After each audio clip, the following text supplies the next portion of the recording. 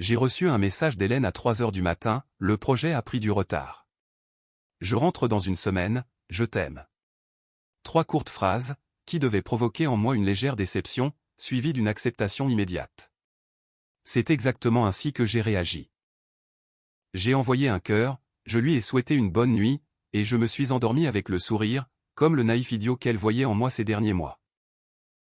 Nous vivions dans un 3 pièces en banlieue parisienne, dans un immeuble que nous avions acheté ensemble, il y a 5 ans, quand tout semblait encore possible et éternel.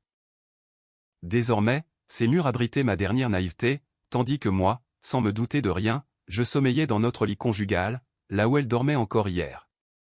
Le matin, je me suis réveillé plus tôt que d'habitude. Je n'avais pas besoin de travailler. J'avais pris un jour de congé pour aller la chercher à son retour de voyage, lui préparer à dîner, et peut-être même organiser une soirée romantique. Mais à présent, nos retrouvailles étaient repoussées d'une semaine, et je me retrouvais seul, dans cet appartement rempli de ses affaires. Son parfum trônait sur la coiffeuse, son peignoir était suspendu à la porte de la salle de bain, et ses livres reposaient sur la table de chevet. Tout cela créait une illusion de présence, qui n'existait pas réellement. J'errais à travers les pièces, ressentant une étrange anxiété, que je ne parvenais pas à expliquer. C'était peut-être l'intuition d'un homme trahi, mais qui ne le sait pas encore avec certitude. Je suis entré dans la chambre pour faire le lit, et j'ai remarqué sa vieille tablette, posée sur l'étagère du bas de l'armoire.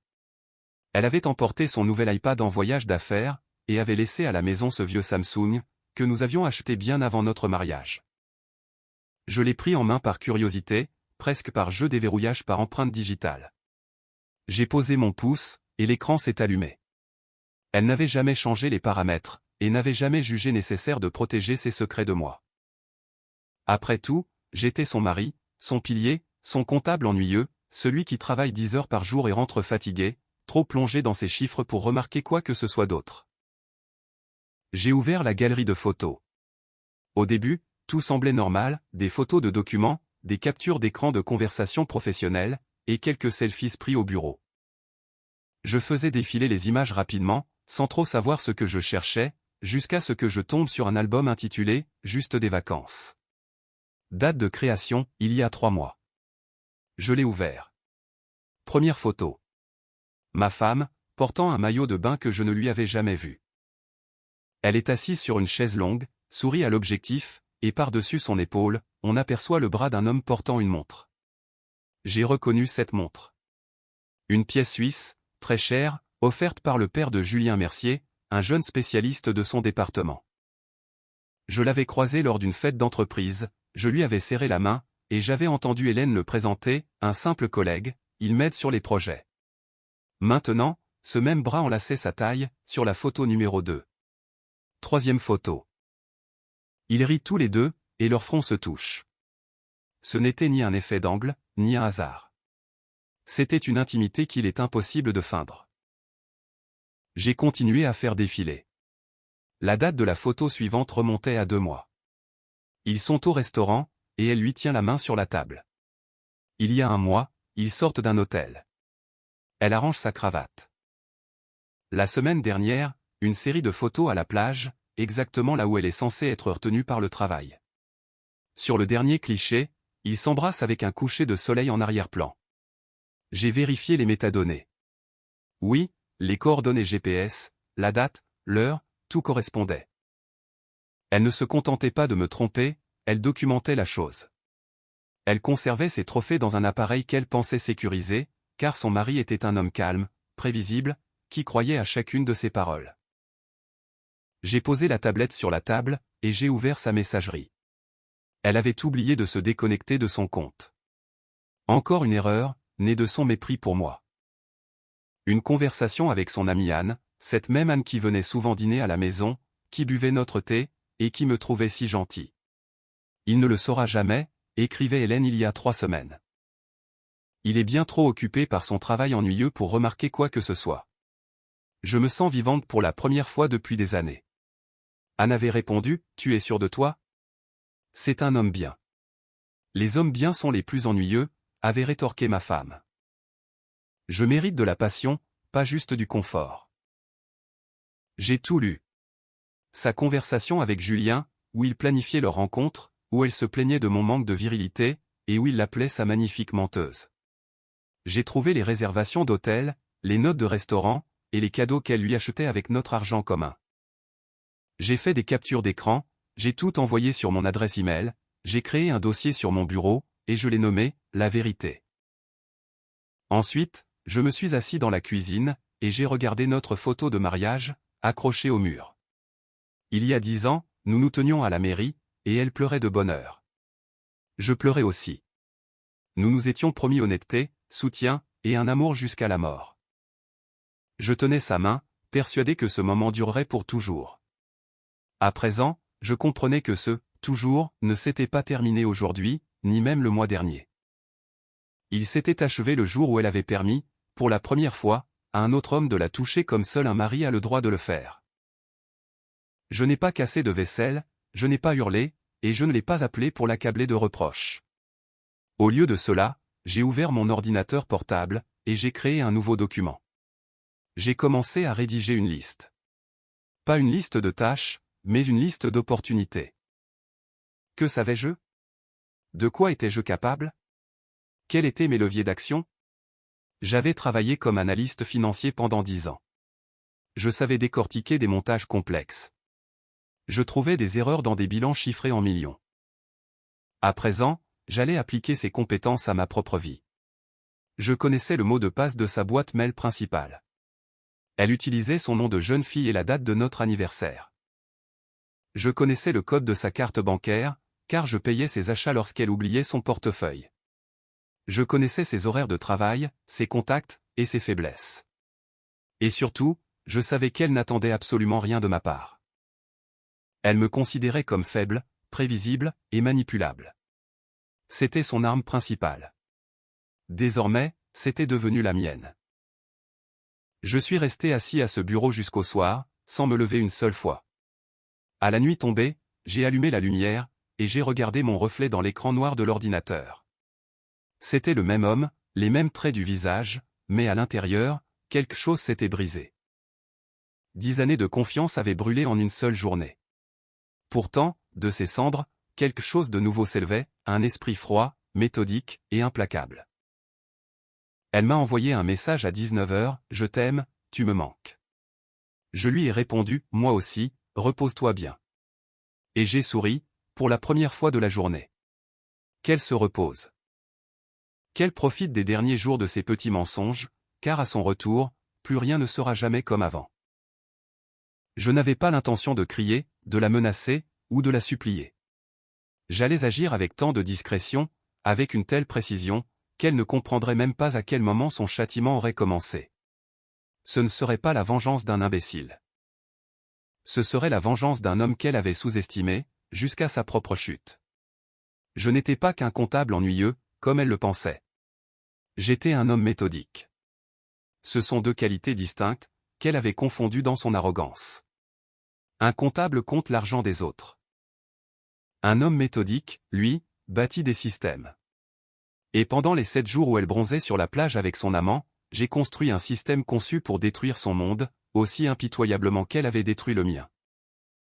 En premier lieu, je me suis occupé de nos finances. Nous tenions un budget commun depuis 10 ans, et je connaissais chaque chiffre. Nos économies, d'un montant de 40 000 €, reposaient sur un compte joint. Je n'ai pas tout retiré d'un coup, pour ne pas éveiller les soupçons. À la place, j'ai transféré 30 000 € vers un nouveau compte, ouvert au nom de ma mère. C'était une retraitée qui vivait à Limoges, et elle ne s'était jamais mêlée de mes affaires. Je l'ai appelée, je lui ai expliqué qu'il s'agissait d'une mesure temporaire pour une optimisation fiscale, et elle a signé tous les documents sans poser la moindre question. J'ai divisé les 10 000 € restants en une multitude de petits virements, entre nos différentes cartes. J'ai ainsi créé une fausse activité financière, conçue pour brouiller les pistes de n'importe quel audit futur. J'ai conservé chaque reçu, chaque quittance, chaque confirmation. Mon métier m'avait bien appris une chose, les documents ont toujours plus de poids que les émotions. Ensuite, je me suis penché sur les preuves. Tout ce que j'avais trouvé sur la tablette, je l'ai méticuleusement classé. J'ai trié les captures d'écran des conversations par date. J'ai associé aux photos toutes leurs métadonnées, les coordonnées exactes, l'heure, et le type d'appareil utilisé pour les prendre. J'ai trouvé des appels vidéo dans ses archives, enregistrés par accident, où elle et Julien parlaient de moi comme d'un simple obstacle, d'un inconvénient temporaire. J'ai créé 3 copies de sauvegarde sur des supports différents, et je les ai cachées dans 3 endroits distincts. Une clé USB est partie chez mon frère à Strasbourg, j'ai enterré la 2e dans le jardin de ma maison d'enfance, et j'ai gardé la 3e sur moi. Je n'avais pas l'intention de perdre ces informations, sous aucun prétexte. Le 3e jour, j'ai écrit une lettre au service des ressources humaines de son entreprise.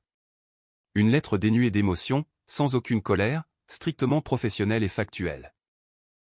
J'y ai joint les preuves irréfutables d'une romance au bureau, violant ainsi l'article 43 de leur code d'éthique, toute relation entre employés d'un même service, créant un conflit d'intérêts, est proscrite.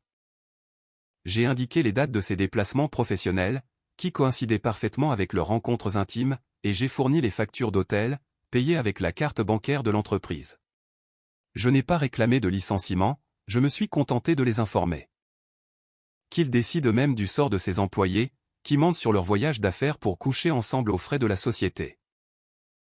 Le 4e jour, j'ai retrouvé les parents de Julien.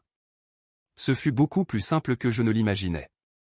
Son père était un chirurgien reconnu à Lyon, et sa mère était professeure d'université.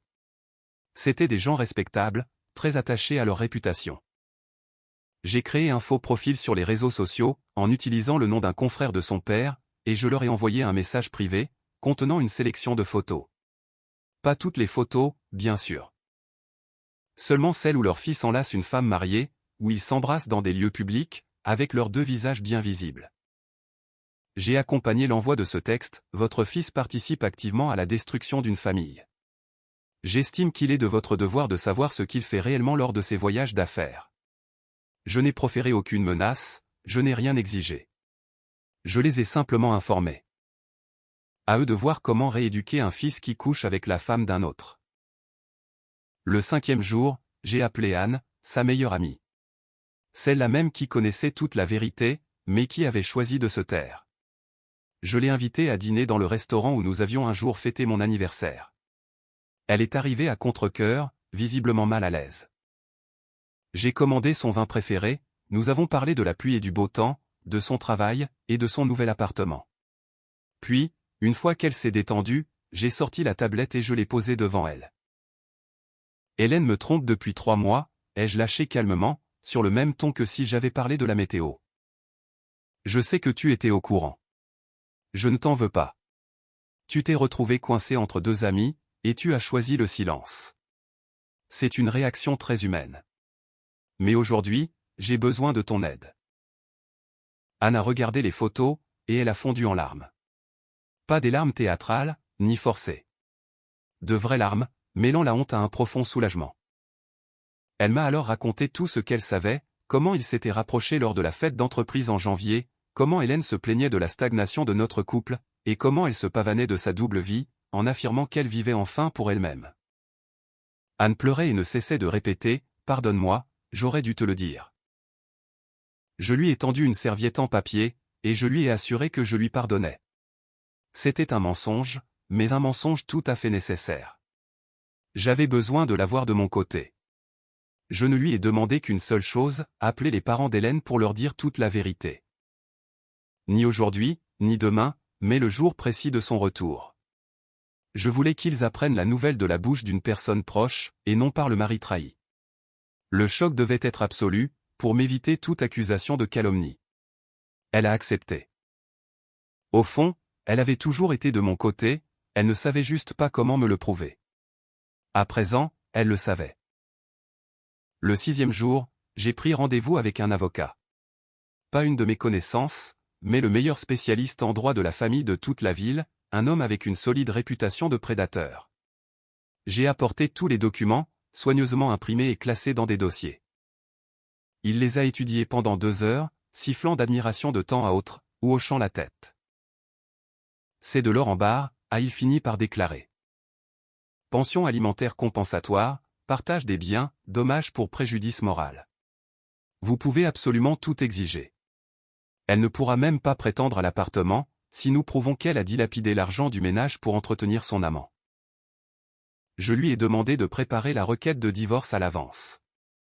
Non pas de la déposer, mais de la tenir prête, pour que je n'ai plus qu'à presser la détente au moment opportun. Il m'a demandé quand ce moment arriverait. Je lui ai répondu, lorsqu'elle rentrera à la maison, et qu'elle me mentira en pleine face une fois de plus. Le 7e jour, je suis resté assis dans l'appartement vide, à attendre. Tout était prêt. Les finances étaient sécurisées, les preuves rassemblées, et les bonnes personnes avaient été prévenues. Le piège était tendu. Je ressentais un calme étrange, presque méditatif.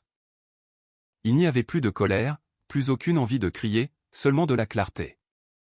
Une lucidité totale et cristalline sur la suite des événements. Elle a envoyé un message, à la maison demain soir. Tu me manques terriblement. Je lui ai répondu, je t'attends avec impatience. Je te préparerai ton plat préféré. Et j'avais vraiment l'intention de préparer le vin blanc qu'elle adorait, des pâtes aux fruits de mer qui étaient son péché mignon, et de lui offrir 10 roses blanches. Une pour chaque année de ce mariage, qu'elle venait de réduire en cendres. Qu'elle vienne. Qu'elle entre dans cette maison, qu'elle considère encore comme sa forteresse. Qu'elle se sente en sécurité, un petit instant de plus. Car cette sécurité n'était qu'une illusion, que j'allais anéantir avec la même facilité qu'elle avait détruit la foi que je plaçais en elle. Je me suis levé, et j'ai regardé par la fenêtre. Paris scintillait en contrebas, avec ses millions de fenêtres illuminées, abritant des millions d'histoires. Certains aimaient, d'autres trahissaient, et d'autres encore se vengeaient. Je faisais désormais partie de cette grande toile, mais plus en tant que victime. J'en étais le bâtisseur, l'architecte de ma propre vengeance, une vengeance aussi silencieuse que terrifiante, exactement comme je me l'étais promis. Dès demain, elle apprendra que le comptable ennuyeux ne sait pas seulement compter l'argent. Il sait aussi faire preuve de patience, il sait planifier à long terme, et il sait pardonner. Mais il ne pardonne qu'à lui-même, pour avoir cru en elle bien trop longtemps. Hélène est rentrée, le teint bronzé et rayonnante de bonheur. J'ai entendu sa clé tourner dans la serrure à 18h30 tapante, comme elle l'avait promis. La porte s'est ouverte, et elle est entrée en tirant sa valise à roulettes. Elle portait une robe d'été légère, que je ne lui avais jamais vue. Elle avait sûrement dû l'acheter là-bas, avec lui. Elle s'est jetée à mon cou, et je l'ai enlacée. J'ai immédiatement senti l'odeur de son eau de Cologne à lui, imprégnée dans ses cheveux. Ce même parfum de luxe, aux notes de cèdre et de musc, que j'avais déjà respiré sur son épaule, lorsqu'elle rentrait tard de ses prétendues réunions. Maintenant, je savais d'où venait cette odeur. Je savais absolument tout. Comment ça s'est passé, lui ai-je demandé avec douceur, en reculant légèrement pour la regarder dans les yeux. Il brillait de joie, illuminé par ce secret qu'elle croyait être la seule à détenir. C'était d'un ennui mortel, mon chéri. Tu m'as manqué à chaque seconde, a-t-elle menti, avec une fluidité parfaitement rodée, y ajoutant une légère pointe de fatigue dans la voix, pour paraître plus convaincante. J'ai souri. Et ce sourire était d'une sincérité totale, car j'étais réellement heureux. J'étais ravi de voir qu'elle entrait dans mon piège de son plein gré, sans se douter une seule seconde que les portes venaient de se refermer sur elle. J'ai pris sa valise, je l'ai accompagnée jusqu'à la chambre, et je lui ai suggéré de prendre une bonne douche. J'ai terminé de préparer le dîner. Oh, ai-je lancé joyeusement, j'ai préparé tes pâtes aux fruits de mer préférées, avec une bouteille de vin blanc. Elle m'a enlacé par derrière, pressant à nouveau sa joue contre mon dos. J'ai aperçu son sourire dans le miroir du couloir, un sourire suffisant, l'air de celle qui a tout gagné. Elle pensait m'avoir trompé une fois de plus, convaincue d'avoir remporté une semaine supplémentaire de sa double vie. J'ai décidé de la laisser y croire encore un peu. Le dîner s'est déroulé à la perfection. J'avais allumé des bougies, et mis sa musique préférée en fond sonore, un album de jazz que nous écoutions beaucoup durant nos premières années de mariage. Elle buvait son vin en me racontant l'avancée de son projet. Elle inventait des détails au fur et à mesure, mélangeant allègrement les dates et les prénoms de ses collègues. De mon côté, j'hochais la tête, je posais des questions, et j'entretenais la conversation avec naturel. À l'intérieur de moi, tout était calme, du même silence qui précède la première incision dans une salle d'opération. Je l'observais, avec la même froideur qu'un chirurgien jaugeant son patient sous anesthésie. Elle ne ressentait pas encore la douleur, mais elle avait déjà totalement perdu le contrôle de la situation. Le lendemain matin, elle a été réveillée par la sonnerie de son téléphone. J'étais allongé à côté d'elle, faisant semblant de dormir, et je l'ai vu décrocher. J'ai observé son visage se décomposer peu à peu. C'étaient les ressources humaines. Ils exigeaient de la voir de toute urgence, sans lui fournir la moindre explication. Elle s'est habillée en vitesse, les gestes nerveux, se maquillant les lèvres tout en marchant. J'étais assis dans la cuisine, je buvais mon café et je lisais le journal lorsqu'elle a filé vers la porte. J'ai une urgence au bureau, m'a-t-elle lancé précipitamment. Je t'expliquerai tout ce soir. J'ai hoché la tête, sans lever les yeux de ma lecture. Bon courage, ai-je répondu, en pensant exactement le contraire.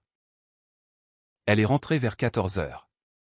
Elle était pâle, complètement bouleversée, mais elle ne comprenait toujours pas ce qui se passait. L'entreprise avait suspendu ses accès à tous les projets, et avait lancé une enquête interne approfondie. Quelqu'un m'a dénoncé, a-t-elle dit d'une voix tremblante, en s'asseyant face à moi. Ce sont des jaloux, il y a toujours des gens jaloux de ma réussite. J'ai abondé dans son sens, et je lui ai proposé une tasse de thé. Elle buvait à petites gorgées en continuant de se plaindre de l'injustice, et je l'écoutais, hochant la tête aux moments appropriés. Puis, son téléphone s'est remis à sonner.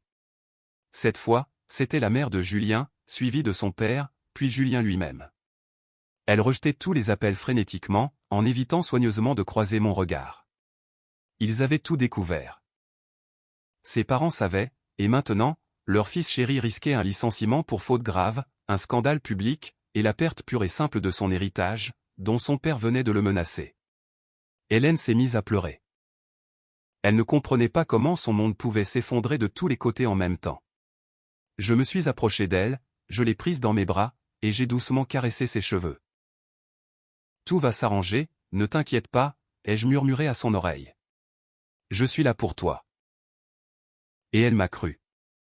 Elle pensait sincèrement que j'étais encore son pilier et son protecteur. C'était un spectacle absolument fascinant. À 16h30, ce fut au tour de sa mère d'appeler. Anne avait tenu sa promesse. Elle les avait appelés le matin même, et leur avait déballé tout ce qu'elle savait, sans omettre les détails sordides, les dates, ni les prénoms. La mère d'Hélène sanglotait à travers le combiné, tandis qu'on entendait son père hurler de rage en arrière-plan. Ils exigeaient des explications immédiates, lui ordonnaient de venir les voir sur le champ, et la menaçaient de la renier. Hélène me regardait, les yeux écarquillés par la terreur. Pour la première fois, le doute s'installait dans son esprit. Elle commençait à soupçonner quelque chose, mais sans vraiment comprendre la portée de la situation. Elle espérait encore que c'était une tragique coïncidence, un enchaînement de malchance qu'il était encore possible de réparer. Je me suis levé dans le plus grand des calmes. J'ai sorti la tablette de l'armoire, et je l'ai posée bien en évidence devant elle. Tu l'avais oubliée à la maison, ai-je déclaré d'une voix posée. J'y ai trouvé des choses très intéressantes. Elle a baissé les yeux vers l'écran, sur la galerie restée ouverte, affichant la fameuse photo où elle embrassait Julien devant un coucher de soleil. Tout le sang a quitté son visage en une fraction de seconde. Elle a levé les yeux vers moi, puis a regardé la tablette, puis moi à nouveau. J'ai pu observer la prise de conscience naître dans son regard. Lente, atrocement douloureuse, et totalement inéluctable. Tu affirmais que j'étais un homme trop ennuyeux pour remarquer quoi que ce soit, ai-je dit en m'asseyant face à elle. Ma voix était parfaitement égale, aussi neutre que celle d'un présentateur météo. Tu avais raison. Je n'avais rien remarqué. Mais quand j'ai fini par ouvrir les yeux, j'ai décidé de ne pas te déranger. Je voulais te laisser savourer ta toute dernière semaine de liberté amoureuse. Mais maintenant, c'est terminé. Elle a essayé de prendre la parole, bégayant pitoyablement, tentant de se justifier. Elle m'a accusé d'être lâche, d'avoir violé son espace personnel, et de l'avoir poussé à bout par ma froideur affective, l'obligeant à chercher du réconfort dans les bras d'un autre homme. Je l'ai écouté parler, sans laisser paraître la moindre émotion. C'étaient les ultimes râles d'un mariage à l'agonie, et je l'ai laissé résonner dans la pièce. Lorsqu'elle s'est enfin tue, à bout de souffle, j'ai sorti une grande enveloppe que j'ai posée sur la table. Nos comptes communs sont gelés, ai-je annoncé calmement. 30 000 € ont été transférés vers un compte totalement sécurisé. Les 10 000 € restants seront divisés à parts égales, mais uniquement lorsque le divorce sera prononcé. L'appartement constitue un bien acquis pendant notre mariage. Cependant, Je vais en réclamer la totalité devant le juge, en apportant la preuve que tu as dilapidé les finances familiales pour entretenir ton amant. Tu as exactement 1 heure pour faire tes valises et quitter les lieux. Mon avocat t'attendra demain matin à 10 heures précises dans son cabinet. Pour que tu signes l'accord de divorce selon mes propres conditions.